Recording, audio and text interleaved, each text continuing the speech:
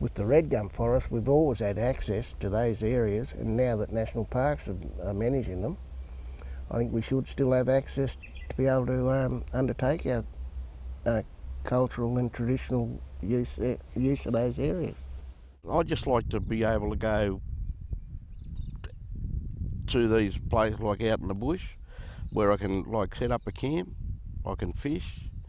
I mean, to me that's very important to me, and like I said to you earlier, it's getting back to basics with my grandchildren.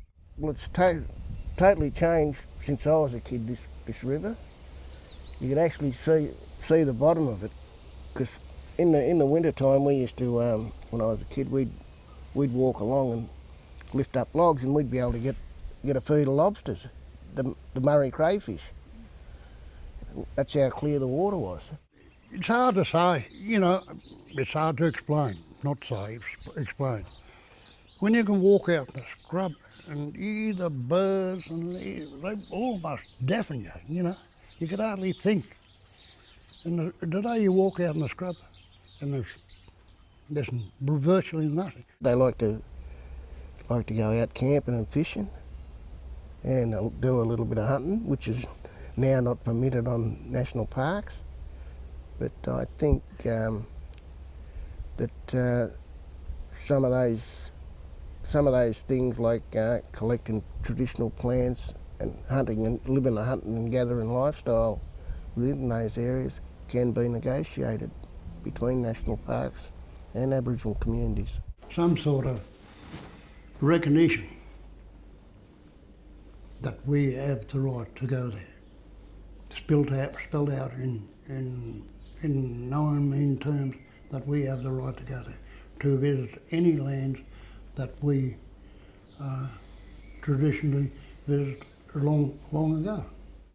If I want to go from here to Balranald along this river system, live in a traditional way, I've got every right to do it. Like, that's my culture, that's what I do. As an Aboriginal person, I don't want anything off the national parks. I just want what I had. I think Aboriginal people have got to be involved in the management of all the areas, not only along the rivers, but anything to do with the landscape. It was always burnt when the bark starts to fall off the tree. Then the fires were lit, and let it burn. And the blokes down at Darlingtopn Point would light this way, Wagga would light this way, and Narrandera would light that way. And they were always a good, safe place to be. Making Aboriginal people partners and not just going out and consulting with them, saying, oh we'll consult with you on this, we'll consult with you on that. Make them a partner in looking after all those areas. Well, Graham Graves is on the Leeton Road. We go out there every January, and with the fish that we catch, right, we keep for Easter, right? So we even taught our grandkids, our grandsons and our granddaughters, that they're not allowed to take undersized fish, because that's the future of their kids. They taught me when I went into somewhere, if I took rubbish and whatever in there, you took everything out. And I mean, that's what we try and teach our children.